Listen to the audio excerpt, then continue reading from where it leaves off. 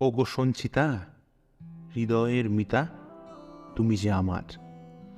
ওগো প্রাণবায়ু মোর প্রাণের পরশ, স্পন্দনতে আমি যে তোমার। সমকের মুখে এই রকম একটি প্রেমের কাহিনী শোনার পর সঞ্চিতা লজ্জা পেয়ে ঘরের ভেতর ঢুকে যায়। সমক হো হো করে হাসতে হাসতে বলে,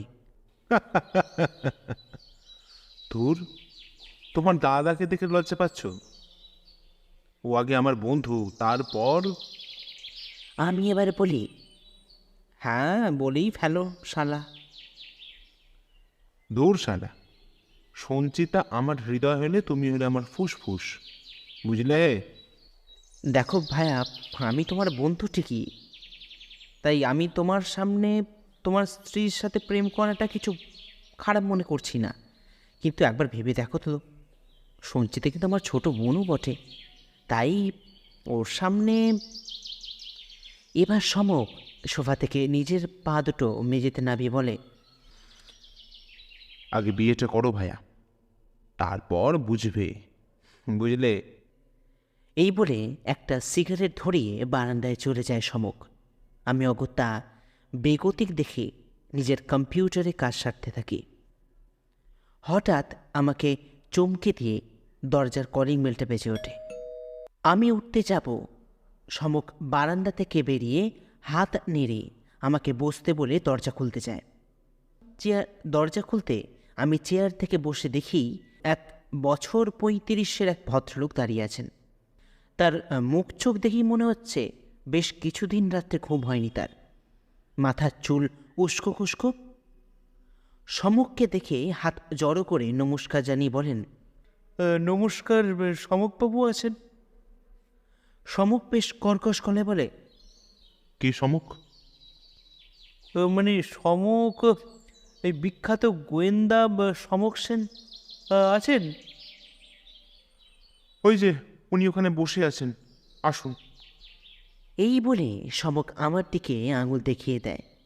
আমি তো পুরো অবাক, কী সব রসিকতা করছেও।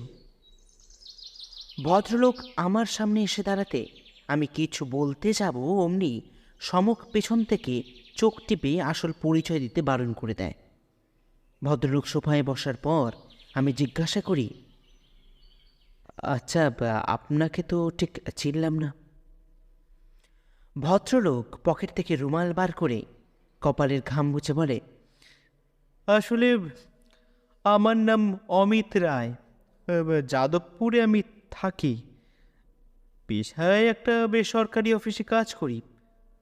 তারপর একটু থেমে বললেন, আসলে এই যদি কিছু মনে না করেন, যদি একটু জল পাওয়ার যেত। আরে হ্যাঁ হ্যাঁ, বসুন, আমি দিচ্ছি। আমি চেয়ার ছেড়ে রান্নাঘরের দিকে চলে যাই।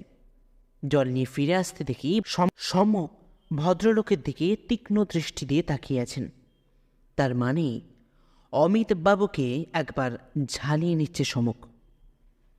আমি জল এনে ওনাকে দেওয়াতে অমিতবাবু ঢক ঢক করে জলপান করার পর সমক বলে, আচ্ছা, আপনি সমককে আগে দেখেছেন?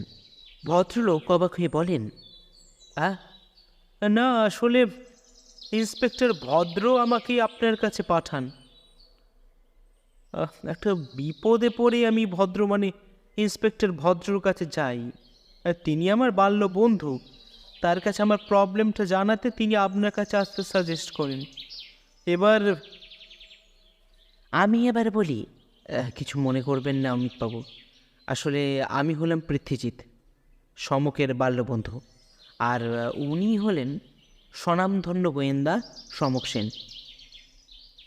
সমক আমার দিকে বিরক্তির দৃষ্টিতে তাকিয়ে বলে, বেশ তো চলছিল। তারপর অমিতবাবু থেকে ফিরে বলে, হ্যাঁ, আমি সমক।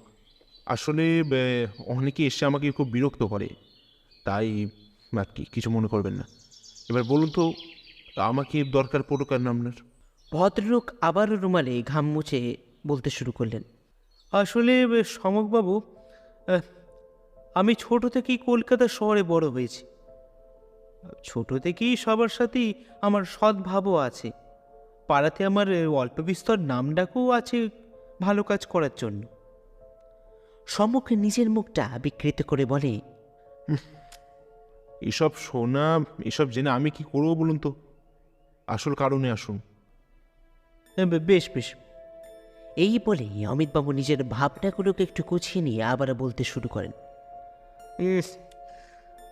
আসলে গত মাসে আমি আর আমার সদ্য বিবাহিতা স্ত্রী বনানী ভট্টাচার্য মধুচন্দ্রিমার জন্য যাই বেনারস। বিবাহের আগে 5 বছরের আমাদের সম্পর্ক মিস্টার সেন। আর ঠিক তখনই আমরা ঠিক করি বিবাহ হলে আমরা সর্বপ্রথম বেনারসে আমাদের হানিমুনে যাব। বলতে পারেন এটা একটা ড্রিম ডেস্টিনি। যাক সে কথা। তা সমকবাবু, সেখানে যাওয়ার পর ঠিকঠাকই ছিল বুঝলেন, কিন্তু হঠাৎ করে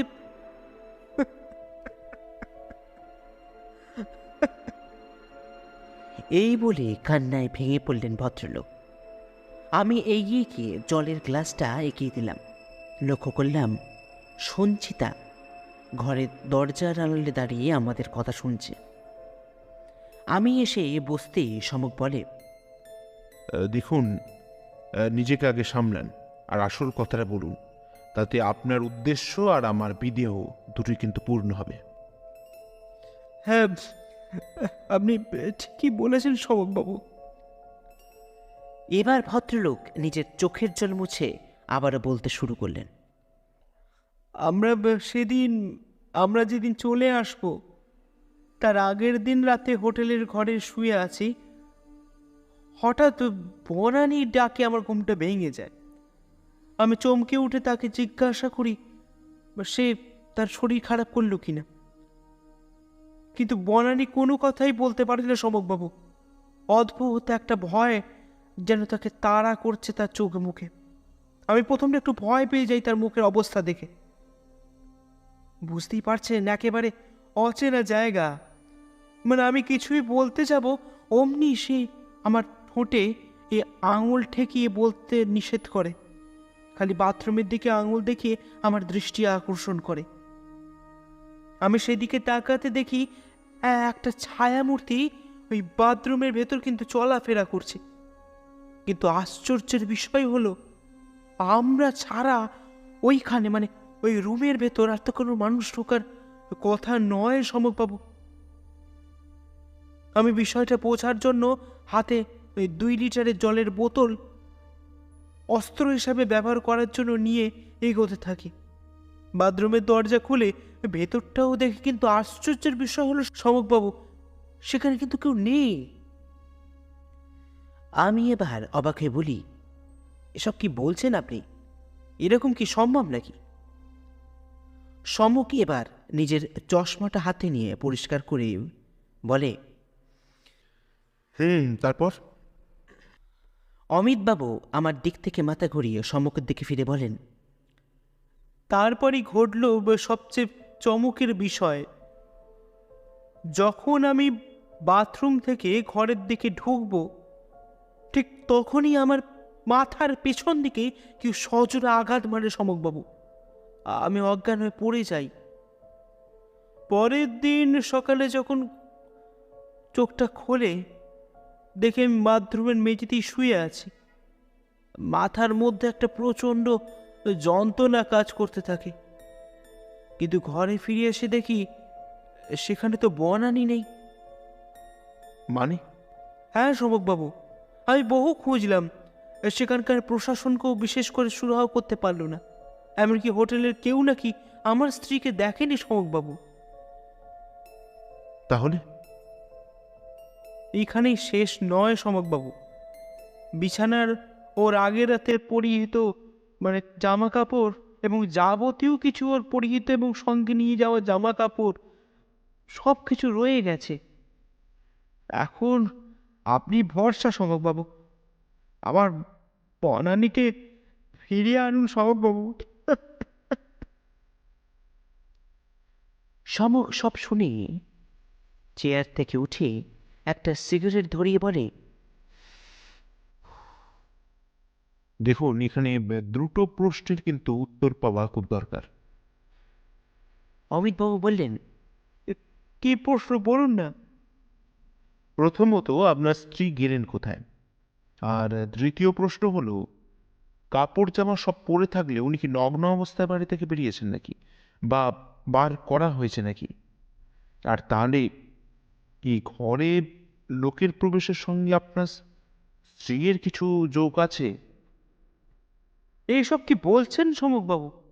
আমার স্ত্রীর সম্পর্কে এরকম মন্তব্য আপনি করতে পারেন না। সমক এবার তার দিকে ফিরিয়ে তীক্ষ্ণ দৃষ্টি দিয়ে বলে, আমি আলবাত পারিস অমিতবাবু, আপনি ভুলে যাবেন না যে এটাই কিন্তু আমার কাজ। হ্যাঁ, আপনার স্ত্রীকে পাওয়া গেলে কোনো সমস্যাই ছিল না, কিন্তু এখানে কিন্তু উনি প্রধান সাসপেক্ট। দেখলাম অমিতবাবু এটা শোনার পর মুখ নিচু করে বসে রইলেন। আমি সমককে বললাম, তাহলে এখন কি ভাবছো সমক? সমক আমার দিকে ফিরে একটা রহস্যের হাসি হেসে বলে, ব্যাক প্যাক করো পৃথ্বীজিৎ। আচ্ছা পৃথ্বী, বলো তো, মাতা পার্বতী গঙ্গার মতো নদী ত্যাগ করে এই কুণ্ডে স্নান করলেন কেন? মণিকর্ণিকা কুণ্ডের দিকে তাকিয়ে প্রশ্ন করে সমক। আমি মাথা চুলকে বলি, হয়তো ভালো লেগেছিল হয়তো। আমার দিকে ভূত দেখার মতন চেয়ে সমক বলে, বুঝে গেছি, চলো। এই বলে শ্মশান ঘাটের দিকে এগিয়ে চলে সে। আমি বলি, আচ্ছা সমক, এত রাতে এখানে আসাটা কি খুব একটা... ভয় পাচ্ছ ভাইয়া? এটাই তো সত্য, বাকি সবই মায়া। এই বলে সিগারেট টান দিয়ে সেটাকে ফেলে এগিয়ে চলে সমক। শ্মশানে ঢুকে দেখি খান 15 চিতা একসাথে জ্বলছে। সমক সেই দিকেই এক দৃষ্টিতে তাকিয়ে রয়েছে। এবার সমক ওই দিকে তাকিয়ে আমাকে বলে, আচ্ছা পৃথ্বী, অমিতবাবু ওনার স্ত্রীর ছবি মেল করেছেন না তোমায়? আমি বলি, হ্যাঁ করেছেন তো, কিন্তু... কোনো কিন্তু নয়, এবার চলো।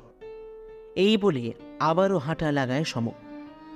মণিকর্ণিকার এলোমেলো গলি দিয়ে হাঁটতে হাঁটতে আস্তে আস্তে শ্মশানের পড়ে থাকা বিভিন্ন রকম খই, বিভিন্ন রকম বস্তু, পাশের দোকানে বসে আসা মালাইয়ের গন্ধ, পানের জর্দার গন্ধ নাকে প্রবেশ করতে এক অদ্ভুত জগতে বিরাজ করছি এখন আমরা।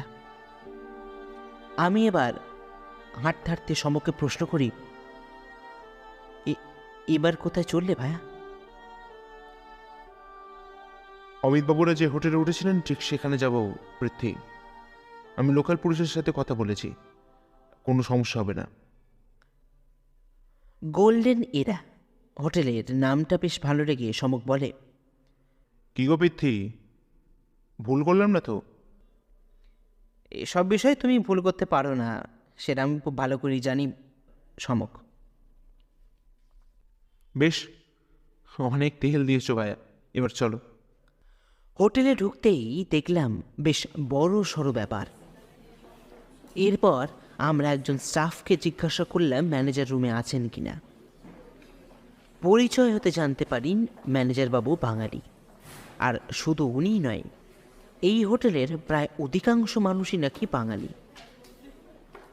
ম্যানেজার ইন্দ্রনাথ বাবু আমাদের চেয়ারে বসতে বলে বলেন, দেখুন মিস্টার সেন, ঘটনাটা আমাদের হোটেলে ঘটায় হোটেলের যথেষ্ট বদনাম হচ্ছে। তাই আপনাকে যে কেউ অ্যাপয়েন্টমেন্ট করুক না করুক, আমরাও চাই আপনি রহস্যের সমাধান করুন আর আমাদের বাঁচান। বুঝতেই পারছেন এই হোটেলকে কেন্দ্র করে কত মানুষের পেট চলছে। তাই সমকোণের কথা আটকে বলে, দেখুন, তার আগে সব ঘটনাটা কিন্তু জানা দরকার, মানে আপনারা যেটুকুন জানেন। ইন্দ্রনাথবাবু চেয়ারে হেলান দিয়ে বলতে শুরু করলেন, দেখুন সমগবাবু, ওনারা আমাদের গেস্ট ছিলেন, তাই এর চেয়ে বেশি কিছু জানা বা বলার মতন প্রয়োজনীয়তা আমার ছিল না। তবে অনিকেত কিছু জানলেও জানতে পারে। সমক উৎসুক নজরে প্রশ্ন করে, কি অনিকেত? অনিকেত হলো আমাদের হোটেলের একজন স্টাফ।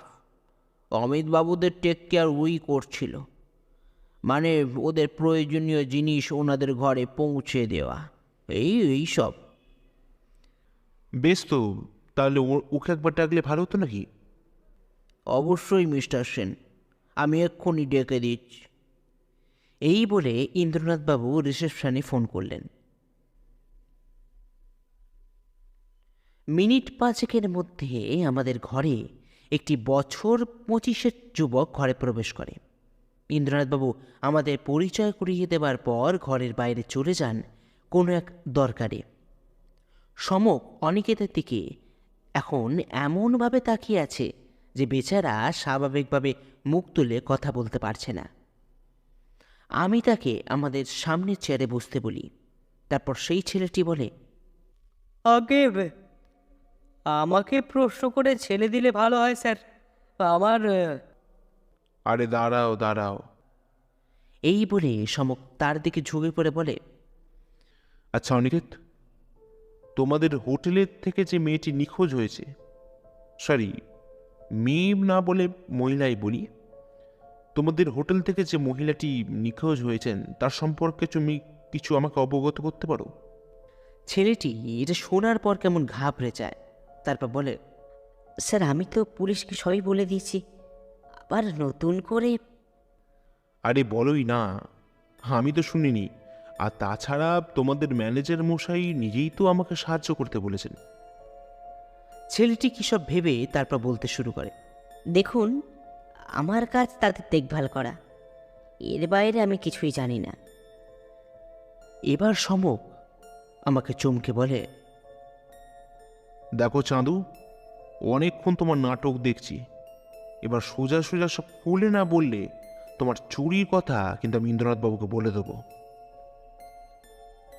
আমি তো কিছু চুরি করিনি স্যার। ও তাই?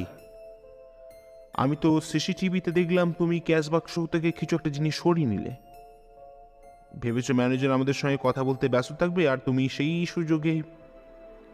অনিকেত আমাদের অবাক করে সমকের পা ধরে ক্ষমা চেয়ে বলে, আমাকে আমাকে ক্ষমা করে দিন স্যার, আমি একদম ভুল করে ফেলেছি।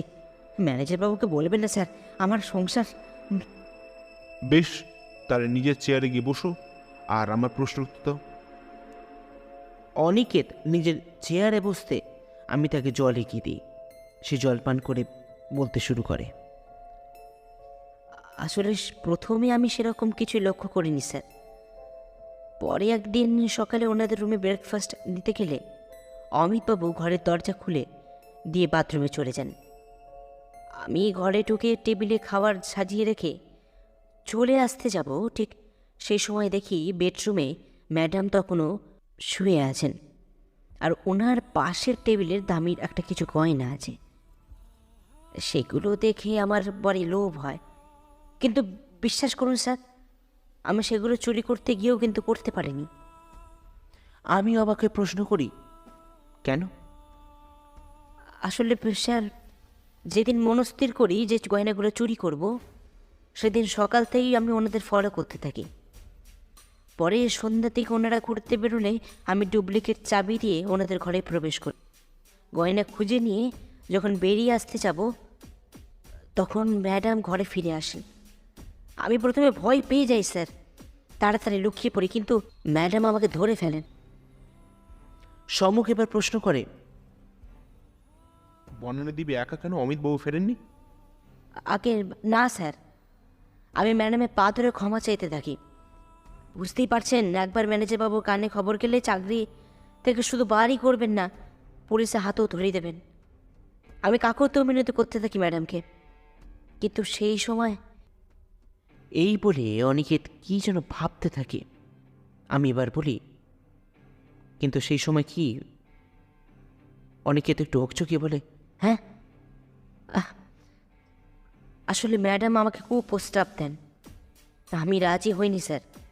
আমার সংসার আছে, আর তাছাড়া আমি চোর হতে পারি তা বলে দুশ্চরিত্র নই স্যার। আমি সেখান থেকে বেরিয়ে তাড়াতাড়ি ঘরে চলে আসি। আর জেলে যাবার মানসিক প্রস্তুতি নিতে থাকি স্যার।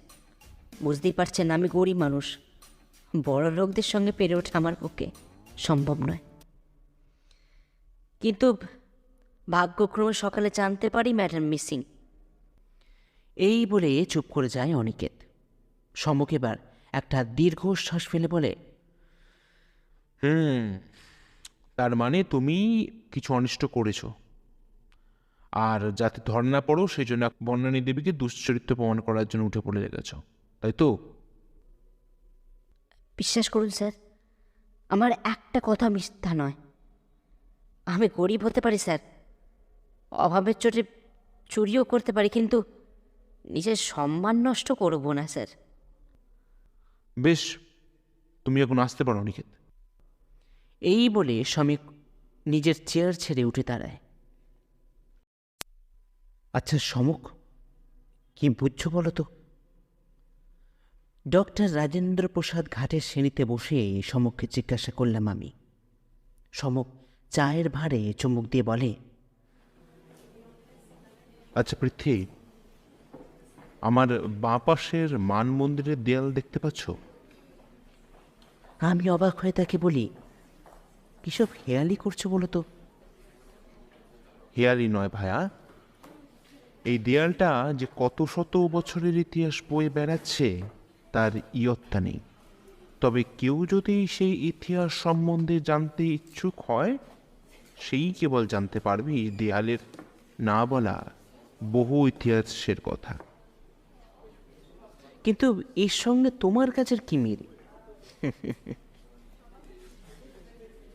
আছে আছে পৃথ্বী, আছে।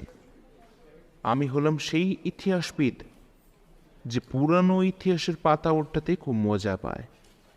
খালি আমাকে একটু সময় দাও ভায়া, খেলা এখন তো শুরু হলো কেবল। এই বলে ওর বিখ্যাত হাসিটা আবারও হাসতে থাকে। আমরা আমাদের হোটেলে ফিরলে আমি সঞ্চিতাকে একটা ফোন করি ও ভালো আছে কিনা জানার জন্য। এবারে আমাদের সঙ্গে আমার বোন সঞ্চিতা না আসায় আমার খুব খারাপ লাগছে। ফোনে সঞ্চিতার সংবাদ নেওয়া হয়ে গেলে আমি সমককে বলি, আচ্ছা সমক, সঞ্চিতাকে কি একবারও ফোন করতে নেই? বেচারিকে তো এমনিতেই সঙ্গে আনোনি, তারপর অন্তত একবার। সমক জানলার দিকে তাকিয়ে সিগারেটের ধোঁয়া ছেড়ে বলে, এবারে আনার মতন অবস্থা ছিল না পৃথ্বী, সেটা তো তুমি খুব ভালো করেই জানো। আর তুমি তো আছোই, তাই। সমকের কথা শেষ হতে না হতেই ঘরের টেলিফোনটা বেজে উঠল। সমক সিগারেটটা জানলা দিয়ে টুসকি দিয়ে মেরে ফেলে ফোনটা রিসিভ করলো, তারপর বলতে শুরু করলো, হ্যালো, আমি সমক সেন বলছি। হ্যাঁ হ্যাঁ, বলিए इंस्पेक्टर सिंह, कुछ इन्फॉर्मेशन मिला आपको? वैसी এরপর রিসিভারটা রেখে আমার কাছে এসে চেয়ারে বসে পড়ে। আমি সমককে জিজ্ঞাসা করি, কি বলে ইন্সপেক্টর সিং? সমক আমার দিকে তাকিয়ে বলে, পরশু রাতে মণিকর্ণিকা শ্মশানের কাছে বনানী দেবীর মতন দেখতে এক মহিলাকে দেখতে পাওয়া গেছে। পুলিশ তাকে ফলো করলেও সে ভিড়ের মধ্যে মিশে যায়। এই বলে মাথার ওপর নিজের হাত রেখে চেয়ারে হেলান দেয় সমক। আমি বলি, তাহলে এরপর কি করবে? এটা শোনার পরে সমক চেয়ারে শটান সিধে হয়ে বসে আমার দিকে তীক্ষ্ণ দৃষ্টি দিয়ে বলে, এবার শ্রী শ্রী পার্বতী পতে হর হর মহাদেব।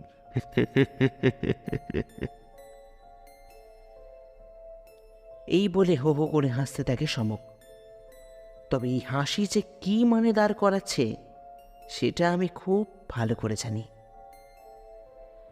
এরপর সেদিন আর তেমন কিছুই ঘটেনি। সন্ধ্যার দিকে আমি একবার দশাশ্বমেধ ঘাটে সন্ধ্যা আরতি দেখতে চাই।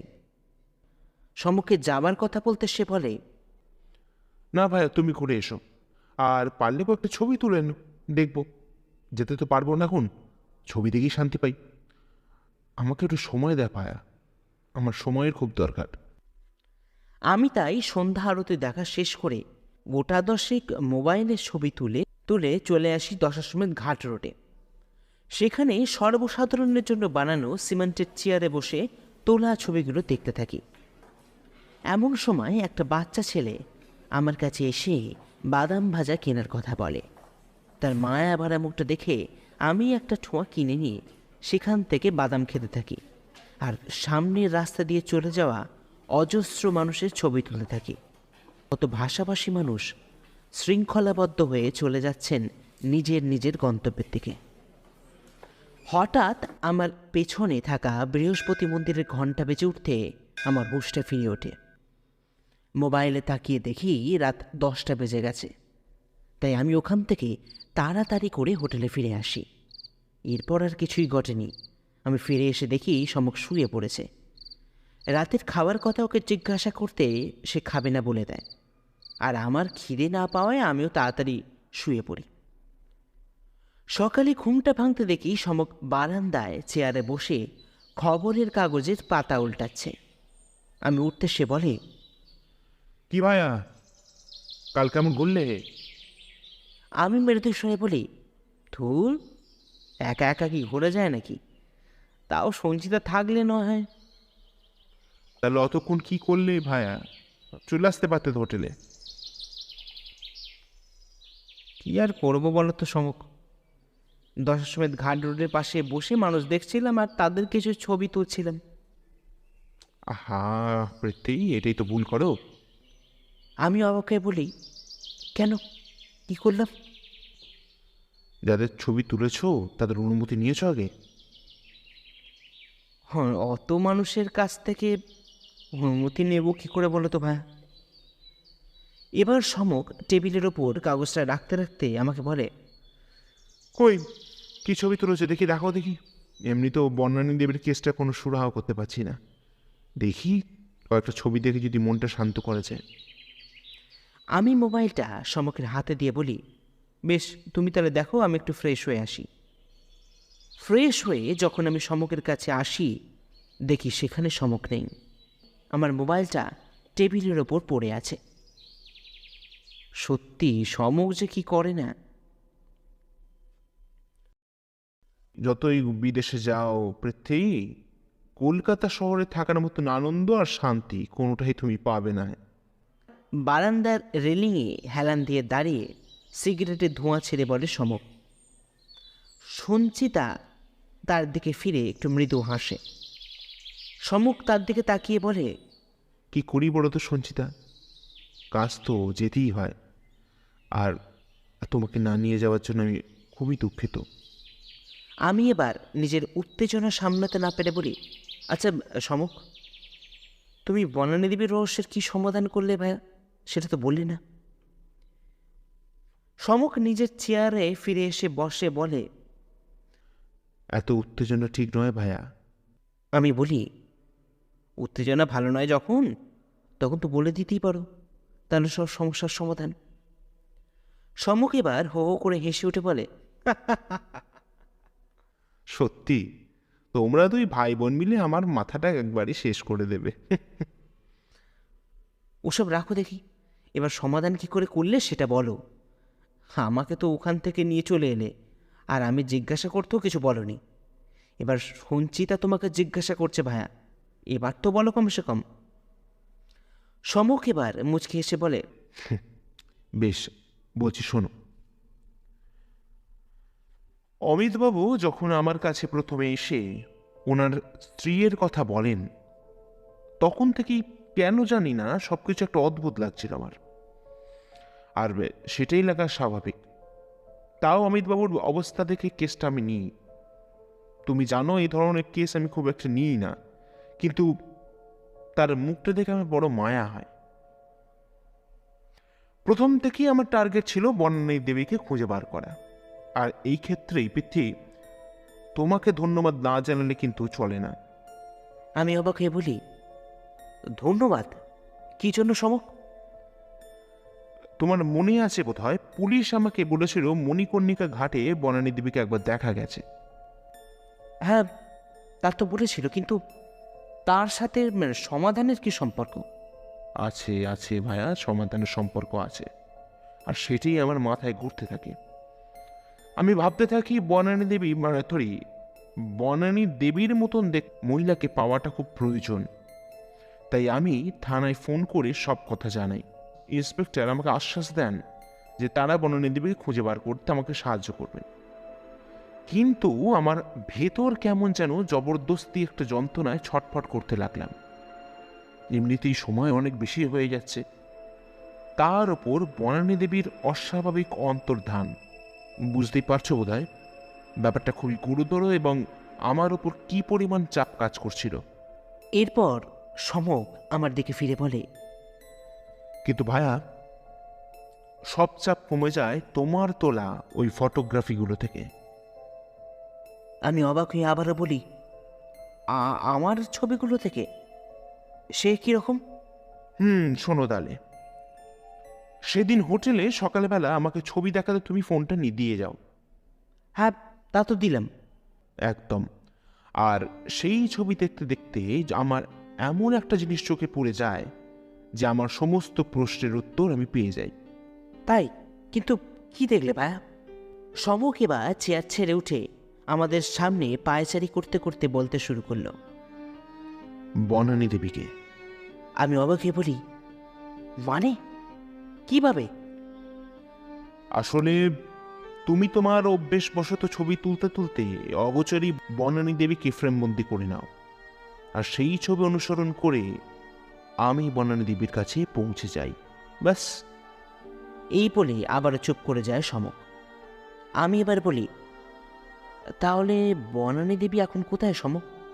আর উনি এতদিন ছিলেনই বা কোথায়? ভায়া, বনানী দেবী এখন বেনারসে। মানে? হ্যাঁ পৃথ্বী, আসলে বনানী দেবী নিজের ইচ্ছায় অমিতবাবুকে ছেড়ে চলে যান, আর এটাই ওনার প্রথম থেকেই প্ল্যান ছিল, বলতে পারো বিবাহের আগে থেকেই। আর তাই বেনারসকেই তিনি বেছে নেন, কারণ বেনারসি আছে তার পুরাতন প্রেমিক। পুরাতন প্রেমিক? কে? হোটেল ম্যানেজার ইন্দ্রনাথ বাবু। কি বলছো ভাইয়া? কিন্তু কোনো কিন্তু নয় পৃথ্বী, বনানী দেবীর সঙ্গে অমিতবাবুর বিবাহের 5 বছর পূর্ব থেকে সম্পর্ক থাকলেও সেই সময় বনানী দেবী ফোনের সোশ্যাল মিডিয়া মাধ্যমে আরও একটি সম্পর্কে জড়িয়ে পড়েন এবং ক্রমে ক্রমে সেই সম্পর্কটা মানসিক এবং শারীরিক পর্যায়েও পৌঁছে যায় এবং বনানী দেবীর মনে ইন্দ্রনাথ বাবুকে নিয়ে একটা স্বপ্নের সাম্রাজ্য গড়ে উঠতে থাকে। আবার এদিকে বিবাহের পর, অর্থাৎ অমিতবাবুর সঙ্গে বিবাহের পর, বনানী দেবীর কিছু সময় ভালো কাটলেও পরে সাংসারিক জীবন কিন্তু অশান্তিতে নেমে আসে। আমি বলি, ইন্দ্রনাথ বাবুর পুনঃ আগমনের পর? একদম ঠিক বলেছ পৃথ্বী। কিন্তু কি সমস্যা? বনানী দেবীর অতি আধুনিকতা মেনে নিতে পারছিলেন না অমিতবাবু। তার ওপর তার পুরাতন প্রেমিকের গল্পটা তো রয়েছে। এদিকে বনানী দেবীর পুরুষদের সঙ্গে খোলাখুলি আচরণ, বনানী দেবীর ব্যবহৃত পোশাক, এইসব নিয়ে তার একটা সমস্যার সৃষ্টি হয়, মানে অমিতবাবুর।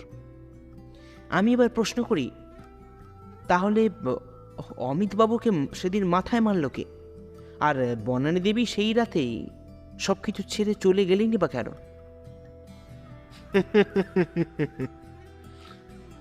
আরে বুঝবুক, এটাও বুঝলি না? অমিতবাবু আর বনানী দেবী যখন সন্ধ্যার সময় ঘুরে বেড়ান, ঠিক সেই সময় ডুপ্লিকেট চাবি ব্যবহার করে ইন্দ্রনাথ বাবু বা তার কোনো ভাড়া করা গুন্ডা বাথরুমে ঢুকে অপেক্ষা করতে থাকে, আর বলতে পারো সেই কোনো পোশাক দেবীকে দেয়। পরে অমিতবাবু মাথায় আঘাত করে বনানী দেবীর ড্রেস বদলে সেখান থেকে বেরিয়ে যান। আসলে অমিতবাবুর কোনো জিনিসের প্রতি লোভ ছিল না বনানী দেবীর। তাহলে ওদের তিনজনের এখন কি অবস্থা? বনানী দেবী আর ইন্দ্রনাথ বাবুকে গ্রেপ্তার করা হয়েছে, আর অমিতবাবু একাকে জীবন কাটাচ্ছেন। এই বলে সমক আবারও রেলিংয়ে হেলান দিয়ে বাইরের রাস্তার দিকে তাকিয়ে থাকে।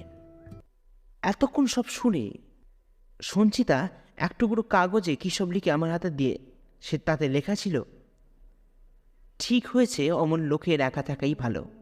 আজকালকার যুগে পুরাতন ধ্যান ধারণা কী করে রাখেন কে জানে। আর উনি ভাবলেন কি করে যে একটা নারীকে বিবাহ করা মানে তার ওপর নিজের ইচ্ছা অনিচ্ছার ভার চাপিয়ে দেওয়া। সমক এটা শোনার পর মৃদু হেসে সঞ্চিতাকে বলে,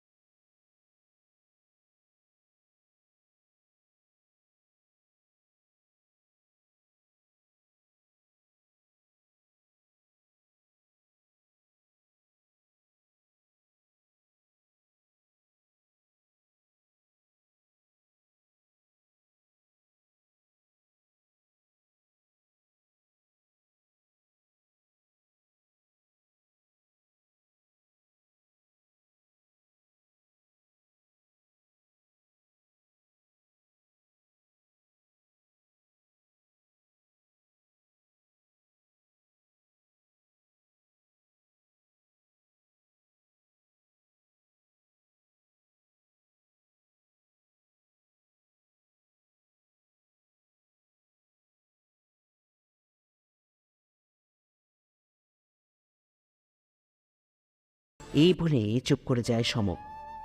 চারিদিকে নিস্তব্ধতায় খালি দূর থেকে কোকিলের ডাক ভেসে আসছে। সে যেন জানান দিচ্ছে বসন্ত এসে গেছে।